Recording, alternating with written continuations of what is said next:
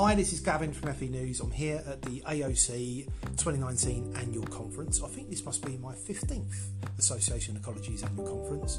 So join me as I chat with the main speakers from the stage, some interesting people from the breakouts and some interesting people in the audience around the latest news and views from AoC 2019.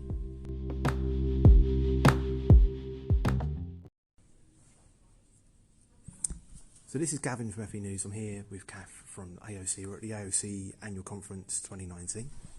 Hi Gav, nice to see you this morning. So hello everyone, my name's Cath Sezen. I'm a Senior Policy Manager at the Association of Colleges, where I focus on T-levels, English and Maths and careers. So Cath, can you give us an update as to where we're at with T-levels right now and this new exciting stage we're going to be going into next? So T-levels are very much becoming a reality right now. So the 50 2020 providers will be delivering the first 3 T-levels from next September. So they're very much at the moment looking at their curriculum design, their curriculum planning, their recruitment, how they ensure that they're getting the students onto courses and making sure it's appropriate for the young people coming in. They are looking at how they get, how they put it all together. So it's like a big jigsaw, isn't it? And it's quite different from other programs because obviously it's got the industry placement involved, and it's a much more substantial course. So it's going to be 50% larger than the current courses. So that's what they're looking at the moment. And what do you see to be the main challenges on this next stage of the curriculum design planning for people to be able to deliver this? So I think for the college providers, what they're looking for now is getting the confirmed specification, so they know the assessment that the students are working towards and what exactly they've got to cover. Obviously they are able to see drafts, they're working closely with the awarding organisations, but actually you want that in your hands. And then looking at the staffing, does this mean there's going to be a change of staffing, that you might need staff with particular specialisms, and also planning, I suppose, not just for the first year, but how you back-to-back first year and second year, because obviously it is a 2-year programme, and with the industry placement, how you manage that with students going out. Are you looking at block placement? Are you looking at 1 day a week, or a bit of a mixture of both, and meeting the needs of employers? And you mentioned it twice, and it's been the sort of the burning question that everyone's asking about really is the industry placement. What sort of ideas have been sort of floated around to encourage employers to offer the industry placements, but also best practice on how to deliver that? Because there's got to be some sectors where it's going to be easier to deliver industry placement compared to others. So what's been the current sort of thought process around enabling industry placements? It's such an integral part of the T-level. So actually there's a lot of work going on at the moment in terms of engaging with employers. So the Department for Education has got a project running this year through SDN and the Learning and Work Institute. And what they're looking at is how best to engage with employers, how best to prepare employers, to allay the fears that some employers have, looking at how we can engage with not only the small to medium-sized employers that a lot of college providers already work with, but also some of the very large corporates.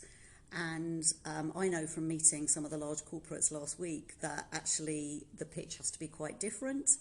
And so it's how you can engage and talk to them about looking at their corporate social responsibility, allaying their fears about the fact that they seem to think that perhaps a student was just going to turn up on the day, and that's not at all what we're looking at. So previous projects run by AoC and the Challenge have looked at the importance of preparing the student before they go on placement, supporting and monitoring the student while on placement, and then that reflection after placement. So it's, I think, reassuring employers that they're not going to be on their own, but how much the young people on a T-level could really add to their business. So they might be able to complete a project that they haven't necessarily had the capacity to do themselves. It also enables them to see young people in action and possibly look at how they could then recruit them full-time post-T-level. So I think there are lots of opportunities, but I suppose one of the big questions at the moment is how we actually bring in more employers so that we've got enough placements, and not necessarily for 2020 or even 2021, but by the time we get to steady state in 2025, we're going to need a lot of employers on board, because it's not just T-levels, obviously. We've also got the transition programme that needs work experience. We've got other programmes that need work experience. We're asking employers to be involved in apprenticeships, obviously, already, and also to do mentoring, guest speaker slots, site visits. So actually it's trying to work out that package and help employers to find their way through it as well. And another thing which seems to be a challenge and an opportunity is the careers advice and guidance on the lead in to T-levels, but also on the outcome after T-levels. So could you sort of explain a little bit of the thought process what's gone around it, because I know there's been a lot. So for me, information, advice and guidance is absolutely crucial to this change agenda. So how we engage young people in technical education when currently Key Stage 4 is quite academic and EBAC focused.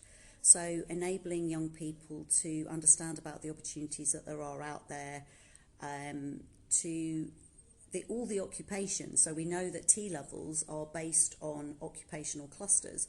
And when you look at those occupational maps, there are jobs there I've never even heard of. So if I've not heard of them, you can guarantee that a lot of young people haven't heard of them either. And I think there needs to be much more specific information, advice and guidance about if you're doing these qualifications, it could lead to these opportunities, and also embed it so that it excites young people so they know more about it. So if we look at other countries, so for example, Switzerland, in Switzerland, they really embed careers information, advice and guidance very early on, from the beginning of secondary. And I think that's what we need to be doing so that it becomes much more relevant to young people. So just to give an example, my son and I met someone in our town. We live on the coast. And he was a bit lost, and he explained he was looking for a particular hotel, so we sort of showed him where it was, and we asked him what he was doing in Worthing. And he's come from Greece, and he was going to be working on the wind farm. So we have a wind farm just off the coast where we are. And my son, who's never been particularly interested in anything to do with engineering, was just really interested in what this guy was going to be doing to do with the wind farm, and started asking him questions. So I think it's that type of thing, really, getting people to think about what those opportunities are. And we know that as we go forward, wind farms are just one example. 15 years ago, there were no wind farms. So we're going to need people with different skills going forward. And how best do we really engage with our young people so that they can see what those opportunities are? Time of year of the conference of AoC is always really close to World Skills, UK Live, exclamation mark. How can we utilise a joined up approach for the sector for a lot of what is outreach to people to understand their different career options? Is there an opportunity to be able to showcase different career routes via the T-level route, and also on the output from T-levels? Has there been exploratory thought about what the outcomes could be from looking at, because T-levels explore a wide range of skills and expertise. So is there a way that the sector's been thinking already about the system? How can we get people into that next stage and those stackable qualifications and, being with them through their career? So to start with your final question there, Cath, I think obviously the department are looking at the higher technical qualifications, so qualifications at levels 4 and 5, and what we know is that that's where the gaps are. So we've got lots of young people currently who go straight on to level 6 at university, which is great, but we need as many, if not more, young people to go on to do qualifications at levels 4 and 5, because those are where the gaps are. And at the moment, what happens is that young people often do a level 6 qualification and then slot backwards. So it just seems a bit more sensible to go up the ladder rather than up and down, up and down. So I think that's really important, and I know that that will be important in terms of recruitment into T-levels, because young people and parents, carers want to know what you can progress onto. So I think that's really important. I think in terms of world skills, it's also about how we compete internationally and productivity. So whatever happens in terms of where we're going politically in the next few weeks, months, years, actually we know that we have those skills gaps, and actually we need to be looking to other countries. We need to be encouraging young people to achieve in technical skills in just the same way that we all get excited about young people doing well in A-levels and going on to good universities. We need to have that same vibe, that same feel about technical education.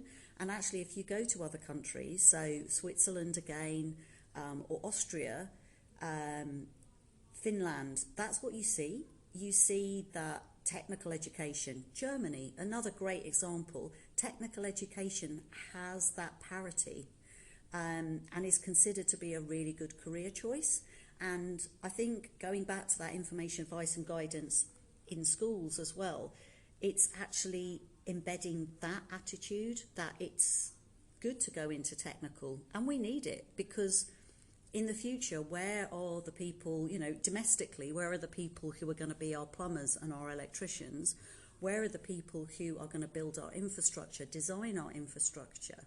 Where are the people who are going to ensure that we have the media opportunities, the cameramen? You see these programs, you see,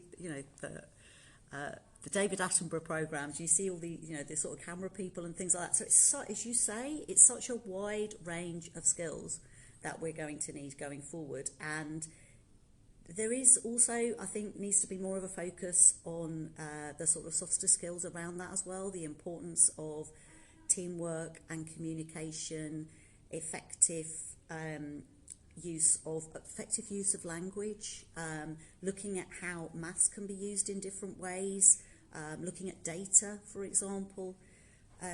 All of those things are really important for preparing young people to go out into work, but also for life. So resilience, dealing with knockbacks, and how to go forward, and also because we know that young people will probably have a variety of different careers as they go forward. Even if they're working in one industry, they may start doing something which is quite occupationally specific, but then they may go on to a managerial role, they may become a senior manager, so you need to know how to work with people as well. So I think it's a really exciting time that we're in, exciting times, preparing for T-levels for next September. There's quite a lot of pressure on those providers because they also have the day job to deal with as well. But I feel very confident. We've had a lot of feedback from colleges that they've had a lot of interest in T-levels from young people and their parents and carers. So I suppose what we need to see now is that reality. We need to get those specifications and we need to make it real for our young people, because that's the most important thing. And I've just got one final question, which that's all fantastic, and it's you already answered my other question I was going to ask around qualification brand to parents and carers, because people understand what a GCSE is. It's been around for a while now, so that's great. There's been some thought into that. You mentioned like plumbers and jobs of the future, and there's a debate, particularly on social media, around that in some areas that we're now producing too many qualifications and roles for, say, plumbers, for example, where there's no longer that sort of skills gap. Is there plans, is there things in place which is like using data and labour market information to meet needs and to see where, if we are putting people for a 2-year course, that there is a career route in their region or even nationally? So that's a really interesting question. And for me personally, the jury's out a little bit on that, because you could actually limit career opportunities if you said that you were only going to base your courses on exactly what was done in your own region. So the big skills gap where I live, for example, on the South Coast, would be working in social care, for example. But not everybody wants to work in social care. We need to encourage more people possibly to do it, but that's not what everybody wants to do. However, the department and colleges themselves are very well aware of the importance of LMI data. So I think the thing is being transparent with our young people as well, and talking to them about the opportunities that they can find locally, regionally, nationally, and even internationally. Because when we're talking about young people going on and doing A-levels, we don't limit those horizons. So I think it's important that we don't limit the horizons and aspirations of young people doing technical education as well. But it's very much in the plan about working towards having informed information, advice and guidance for young people. The department are also looking at working with the LEPs and having skills advisory panels. So in those skills advisory panels, they will be looking at where the opportunities are. So, for example, if you've got a big building project, you've got a big infrastructure project going on, what are the skills that you're going to need in your particular local area? But as I say, I think it's important as well that we don't limit opportunities to just where you live, because young people will have aspirations to move, others won't. And some young people find that they are moving, and that's something that when you're 17 may well be beyond your control. So I think to limit young people, it is not the right way forward, but it does have to be transparent. They need to know what you can do if you're going to live locally, but what those other opportunities are as well. Cath, thank you.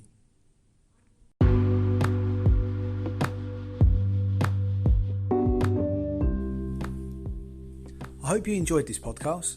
Why not click subscribe so you can be informed when the latest next individual podcasts or podcast mini-series from FE News are going to be released.